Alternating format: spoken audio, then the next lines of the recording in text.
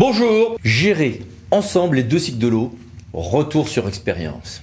Bon, allez, il y a le grand cycle de l'eau, le petit cycle, l'alimentation en eau potable, l'assainissement collectif, non collectif et les zonages qui vont avec, et puis il y a le grand cycle, dont la GEMAPI, dont les ruissellements, dont les cours d'eau, etc. Bon, on sait tous très bien que c'est beaucoup plus subtil, et qu'il y a également des questions de lien avec la pêche, le tourisme, la continuité des cours d'eau et la biodiversité. Il y a des liens également avec les coulées de boue, avec l'imperméabilisation des sols. Il y a des liens avec les questions également d'eau pluviale, urbaine ou non urbaine, etc. Et que quand on va essayer de regrouper tout ceci, les premiers outils qui viennent à l'esprit, évidemment, c'est les SAGE et les SDAGE, avec des rapports de compatibilité ou de conformité selon les cas que j'ai essayé de résumer dans ce tableau.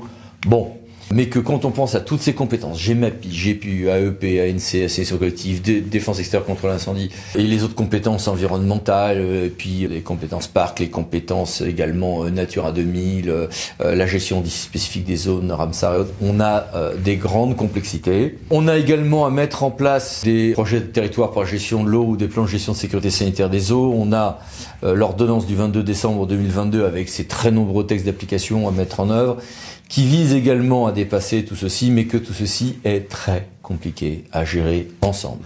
Dans ce cadre-là, j'ai souvent rencontré des cadres territoriaux et des élus qui essaient de gérer tout ceci ensemble en mettant beaucoup d'énergie, beaucoup de talent, y compris dans des territoires compliqués, y compris aujourd'hui tout ce qui est mis en œuvre pour réduire, je sais pas moi, les algues vertes ou autres. Ce sont des sujets très compliqués et où il y a beaucoup de choses à dire. Parmi les gens qui m'ont intéressé se trouve monsieur Guy Pennec, et j'ai voulu justement prolonger mes échanges avec lui devant vous en l'ayant invité. Merci monsieur le maire, bonjour. Bonjour maître Landau. Première question. J'ai cité l'ordonnance de 2022, les PTGE, PGSSE. Est-ce que tout ceci conforte une vision unitaire de la gestion des petits et grands cycles ensemble de l'eau? Et si oui, comment le vivez-vous? L'ordonnance qui vient conforter un travail déjà mis en place sur le territoire de Morlaix Communauté et plus largement sur celui du SAGE Léon Trégor que je préside. La question de la gestion intégrée de l'ensemble des masses d'eau, qu'elles soient fluviales, qu'elles soient souterraines ou qu'elles soient littorales, nécessite un consensus de départ, un postulat de départ basé sur la solidarité et sur la coopération. Et aujourd'hui, ce que l'on constate dans un contexte sociétal où chacun d'entre nous est de plus en plus exigeant, voire souvent insatisfait, le sujet de l'eau peut amener, si on fait abstraction de ces notions de solidarité et de coopération, peut amener des situations tendues, voire conflictuelles. Justement, comment mettre tout le monde autour de la table?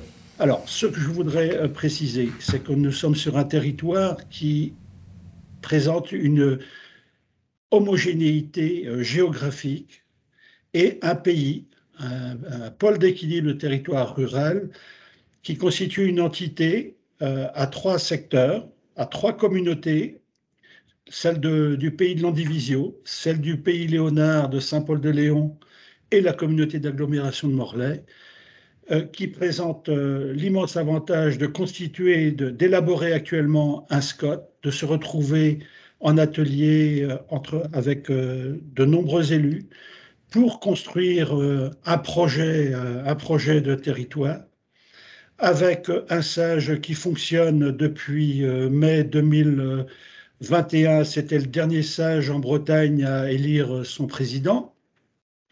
Mais cette commission locale de l'eau fonctionne avec ses commissions thématiques et surtout avec la particularité d'une complémentarité avec les services préfectoraux, chacun dans son rôle.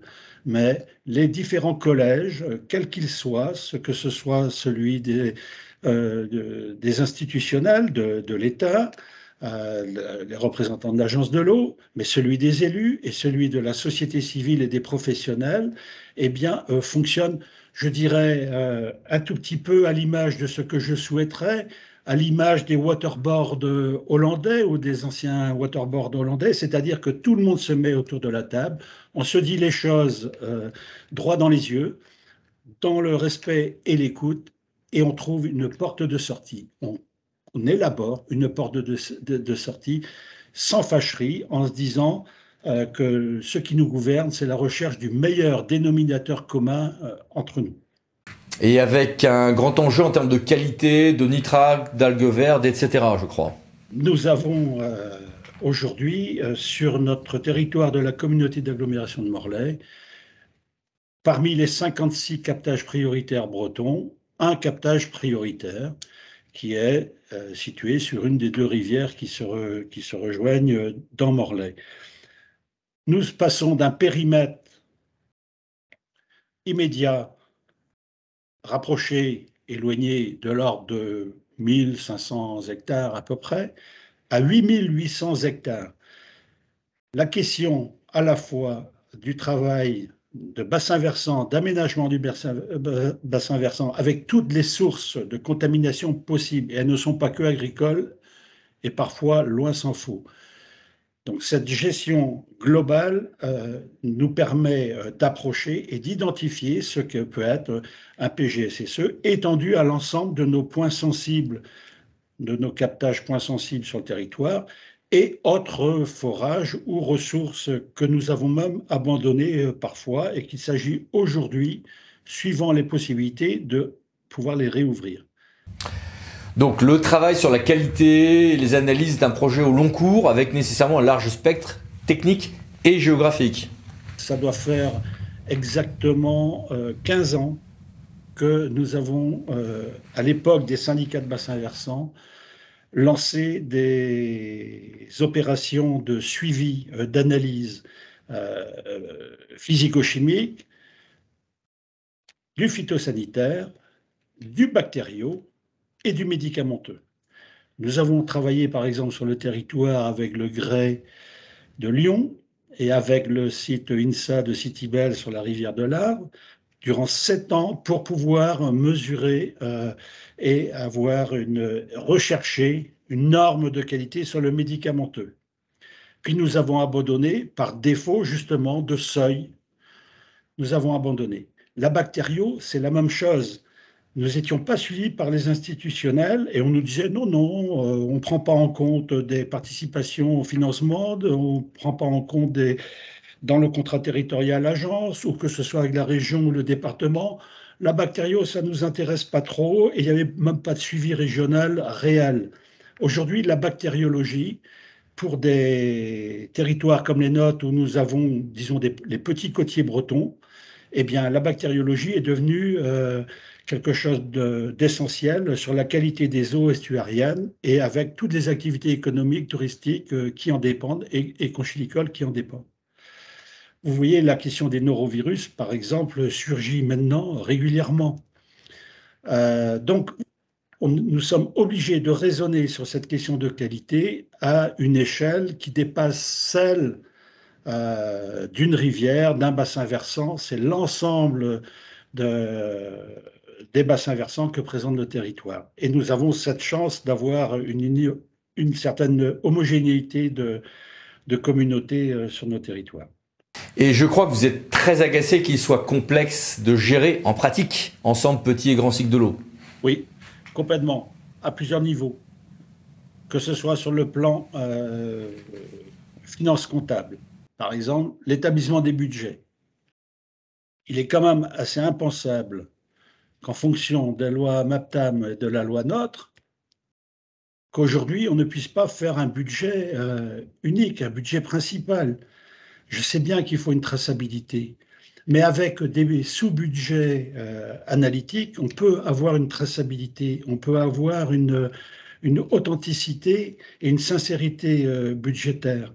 Mais d'avoir un budget eau potable, d'avoir un budget assainissement, d'avoir un budget pluvial, d'avoir un budget GEMA, d'avoir un budget PI, d'avoir un budget hors GEMAPI, mais c'est vraiment ubuesque. Alors moi j'ai l'habitude de dire on évolue en pleine administration biélorusse où il faut des visas de partout, où tout le monde a son mot à dire et que celui qui en connaît le moins va emporter la décision.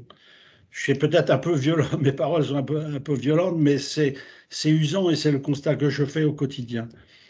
Alors, je dois dire que sur cette question financière et budgétaire, euh, une très grande partie des services de l'État, c'est-à-dire du Trésor public, euh, sont très constructifs. Mais ils ont aussi leurs règles et leurs codes à observer et que malheureusement, et là je le prends en toute responsabilité, malheureusement, la législation, le cadre législatif n'évolue pas assez vite. Nos parlementaires devraient se saisir de tous ces sujets-là beaucoup plus rapidement pour faciliter justement le travail des élus et des services sur le terrain. Le cloisonnement, la multiplicité des contrats territoires, alors, tant mieux, heureusement qu'ils existent, et l'agence sur nos territoires, et nous avons, je ne dirais pas une chance extraordinaire, c'est une réalité, c'est plutôt en termes de constat, l'agence de l'eau Loire-Bretagne joue pleinement son rôle au soutien des structures qui sont en place sur les territoires. Il nous accompagne et des fois même bien plus que ce qu'on aurait pu penser au départ. Il nous accompagne, il nous conseille, il joue pleinement le rôle. Il nous finance bien sûr très largement. Mais d'avoir un dossier type pour l'agence de l'eau, d'avoir un dossier type pour la région, d'avoir un dossier type pour le département, d'avoir un dossier type pour les fonds FEDER, ça nous fait multiplier du temps de travail administratif incroyable, incroyablement lourd dans nos services, pour au final des rapports dont des fois on se demande s'ils sont lus et pour lesquels il faut un temps de décision anormalement long. Je prends pour exemple un jour les plans algues vertes, un autre jour les contrats territoriaux, un autre jour je vais prendre les études HMUC. Voilà, ben, on n'arrive plus à s'en sortir. Je vous donne un autre exemple. Aujourd'hui, nos techniciens agricoles, puisque dans nos services, nous avons une cellule agricole, eh bien, nos techniciens agricoles passent entre 40 et 60% de leur temps sur du travail administratif. Or, ils devraient être beaucoup plus sur le terrain. Je le constate aussi sur les questions des milieux aquatiques, que ce soit entretien de cours d'eau, que ce soit zone humide et autres. Bien, merci beaucoup Monsieur le Président. Kenavo. Et merci à vous. À bientôt pour une nouvelle vidéo, le 10 minutes juridiques. Parlons d'associés pour VK. Pensez à vous abonner, c'est par là. Merci, au revoir.